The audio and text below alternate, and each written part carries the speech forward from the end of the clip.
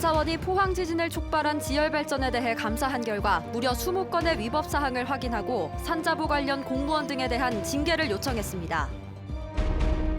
코로나19로 인한 교육 공백을 최소화하기 위해 사상 처음으로 온라인 개학이 시행될 예정인데 학교 현장에서는 우려와 기대가 교차하고 있습니다.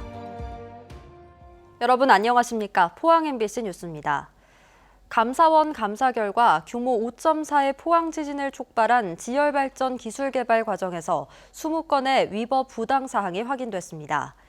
감사원에 따르면 사업자인 넥스지오는 2.0 이하의 미소 진동 발생 사실을 감독기관에 통보해야 하는데도 산자부를 뺀 에너지기술평가원에만 보고했고 포항시와 기상청은 보고 대상에서 제외했습니다. 산자부 역시 미소 진동 관리 방안 수립 여부를 확인하지 않았고 전조에 해당하는 2017년 4월 규모 3.1의 지진 이후에도 확인 절차와 지진 위험도 조사 등을 하지 않아 관련 업무를 소홀히 한 것으로 확인됐습니다. 감사원은 에너지기술평가원 참여연구원에 대해 정직의 문책을, 산자부 공무원은 경징계 이상의 징계 요구 등 20건의 처분을 내렸습니다. 사상 첫 온라인 개학을 대비하기 위해 각급 학교들이 본격적인 준비에 들어갔습니다. 화상으로 진행되는 쌍방향 수업과 또 컨텐츠를 활용한 수업 등 여러 가지 방식으로 진행될 예정인데요. 처음으로 맞는 온라인 개학인 만큼 여러 가지 우려도 여전합니다. 온라인 개학 준비 현장을 박성아 기자가 다녀왔습니다. 포항의 한 고등학교. 코로나19로 개학이 미뤄지면서 학교 정문은 굳게 닫혀 있지만 교실 안에서는 영어 수업이 한창입니다. as 부사절 시작했습니다. 요 안에 주어가 어딨죠? 이시요. 원격 수업 선도학교에서 오는 9일 온라인 개학을 대비해 화상 쌍방향 수업을 연습하는 겁니다. 학생들은 처음으로 경험하는 화상 강의에 다양한 반응입니다. 학생분들 이렇게 한번 수업해보니까 어때요? 의사소통이 잘 안 돼서 좀 답답한 면이 있어요. 학교에 엄청 오랫동안 못 가가지고 되게 답답했었는데 이렇게 선생님 얼굴 보면서 이렇게 화상 수업도 하고 하니까 새롭기도 하고. 선생님들도 아직 생소한 온라인 개학 준비에 여념이 없습니다. 생소한 면이 있어서 어려운 측면이 있습니다. 하지만 아이들의 학습을 위해서 한다는 측면에서는 긍정적으로 적극적으로 참여하고 있습니다. 오는 9일 온라인 개학이 이뤄지면 각급 학교들은 실시간 쌍방향 수업과 컨텐츠 중심 수업, 과제 중심 수업 등 3가지 원격 수업 방식 가운데 각 학교의 사정에 맞춰 수업을 진행합니다. 출석과 평가 방식도 마찬가지로 각 학교에서 자율적으로 정합니다. 준비는 한창이지만 사상 처음으로 이뤄지는 온라인 개학에 학부모들의 우려도 여전합니다. 아무래도 공부할 수 있는 분위기는 안 될 것 같아요. 그래서 집에서 수업한다는 것 자체가 좀 많이 힘들 것 같아요. 작년 같은 경우에는 아무래도 부모 손이 많이 가기 때문에, 그리고 맞벌이 가정에서는 직장 다니고 하면 애들 케어하기도 좀 힘들고. 코로나19로 역대 유례 없는 온라인 개학이 시행되면서 학교 현장은 걱정과 기대가 교차하고 있습니다. MBC 뉴스 박성아입니다. 벚꽃이 만개해 상춘객들의 발길이 이어지면서 꽃구경 명소는 모처럼 활기를 띠고 있습니다. 하지만 관광객들이 닫힌 공간을 기피하고 머물기를 꺼리다 보니 관광 경기는 바다권에서 벗어나지 못하고 있습니다. 보도에 김철승 기자입니다. 벚꽃이 절정을 이루면서 김유신 장군묘 입구 등재는 요즘 관광객들이 부쩍 늘어나 활기를 띠고 있습니다. 하지만 관광 경기는 겨울잠에서 깨어나지 못하고 있습니다. 젊은 층이 많이 찾는 황리단길. 관광객이 뚝 끊겼던 지난 2월보다는 다소 나아지고 있지만 아직은 기대 이하입니다. 성수기인데도 주중에는 뭐 한 10분의 1 정도? 주말 정도 되면은 이제 한 4, 5분의 1 정도는 4, 5분의 1도 안 되지 싶어요, 사실. 사적지를 찾는 관광객도 여전히 바다권입니다. 천마총이 있는 대릉원 입장객은 지난주 토 일요일 3,200여 명, 지난해 비슷한 시기 2만 1,000여 명의 15% 수준입니다. 닫힌 느낌을 주는 공간을 기피하는 경향이 작용한 것으로 보입니다. 학생들 단체 관광이 줄을 거요. 또 벚꽃이 예쁘고 절정인데 사람들이 많이 모이는 곳은 관광객분들이 꺼려하는 것 같습니다. 경주 보문단지 등 숙박업소도 어려움을 겪고 있습니다. 예전 벚꽃 시즌이면 3주가량 방을 구하기 힘들 정도였으나 요즘은 최성수기인데도 주말은 절반, 주중은 20%도 되지 않습니다. 점유율이 보통 이번 주 보더라도 지금 객실이 거의 판매가 안 되고 있어요. 몇 개 안 돼요, 객실이. 곧 종식되겠지 하는 기대감이 언제까지 이어질지 모르는 불안감으로 바뀌면서 관광업계는 좌절하고 있습니다. MBC 뉴스 김철승입니다. 경상북도는 오는 29일까지 재난 긴급생활비 신청을 접수받고 있습니다. 중위소득 85% 이하 33만여 가구에 2천여억 원이 지급됩니다. 이상원 기자가 보도합니다. 경북 성주군 선남면 주민센터에서 주민이 공무원의 도움을 받아 재난긴급생활비를 신청하고 있습니다.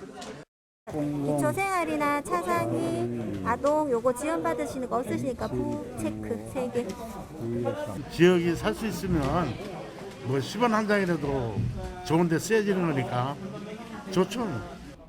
경상북도는 오는 29일까지 기준 중위소득 85% 이하 34만 5천 가구에 대한 재난긴급생활비 지원 신청을 받고 있습니다.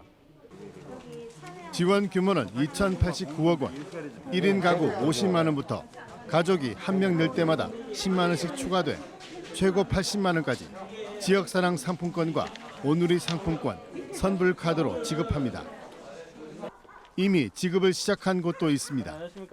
성주군 8,700여 건, 영천 600여 건 등 경북에서 9,600여 건을 사전 신청받아 심사를 통과한 사람들은 긴급생활비를 받았습니다. 사전 신청으로 이미 심사를 마친 데다 지역 화폐인 지역사랑 상품권 제도를 운영하고 있었기 때문에 발빠른 지급이 가능했습니다. 긴급 생계 자금을 선불카드로 지급하는 대구시는 오는 3일부터 신청을 받을 예정이어서 10일부터 지급이 가능합니다. MBC 뉴스 이상원입니다. 봉화에서 울진을 잇는 국도 신설 구간이 오늘 완전 개통됐습니다. 2차로여서 아쉽지만 내륙과의 통행 시간이 단축돼 울진 지역 경제에 큰 도움이 될 것으로 기대됩니다. 한기민 기자가 보도합니다. 울진군 금강송면에서 울진읍까지 19.3km의 국도 36호선 신설 구간이 개통됐습니다. 험준한 백두대간을 가로질러 교량 16곳과 터널 8곳이 설치돼 비록 2차로 도로지만 시원스레 뚫렸습니다. 10년간 2,984억 원이 투입됐습니다. 봉화군 소천면에서 울진군 금강송면까지 20.9km 구간은 이미 지난 2016년에 개통돼 봉화에서 울진까지 전 구간이 완성된 겁니다. 기존 국도는 폭이 좁고 구불구불해 위험과 불편이 컸지만 이제는 영주에서는 40-50분, 서울에서는 3시간 반이면 울진에 올 수 있게 됐습니다. 최소한의 여기서 1박 정도 할 수 있는, 그다음에 여기서 정심 또 영주에서 울진까지 먹을 수 있는 거리가 되기 때문에 많은 손님들이 올 수 있어서 우리 울진 지역 경제에 큰 도움이 된다고 그렇게 생각을 합니다. 3년 전 상주 영덕 고속도로 개통 이후 영덕이 내륙 지역 관광객들로 특수를 누린 것을 지켜본 울진 지역 상인들은 누구보다 기대감이 큽니다.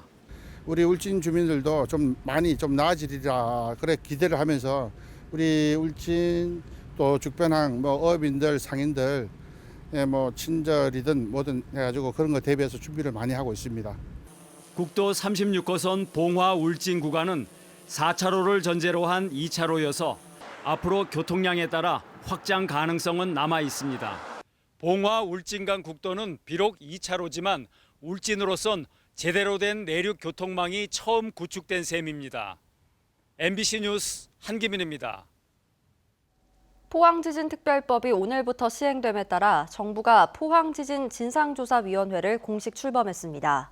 진상조사위원회는 특별법에서 규정한 포항지진의 원인 및 책임 소재 규명, 지열발전 사업 추진 과정의 적정성 조사 등의 역할을 수행합니다. 국무조정실은 진상조사위원회의 전문성과 중립성을 고려해 9명의 위원을 구성했다며 위원장은 마산대학교 이학은 총장이 선임됐고 포항시에서 추천한 부경대 강태섭 교수도 포함됐습니다. 울진군은 코로나19로 어려움에 처한 주민 생활 안정과 지역 경제 회복을 위해 38개 사업에 209억 원의 예산을 투입합니다. 저소득층의 재난 긴급 생활비와 아동 양육 지원, 노인 일자리 사업 등의 134억 원, 소상공인 지원 등의 75억 원을 집행합니다. 또 울릉군도 가용 예산 범위 안에서 지역업체와 소상공인 지원을 위한 32개 사업을 추진하기로 했습니다.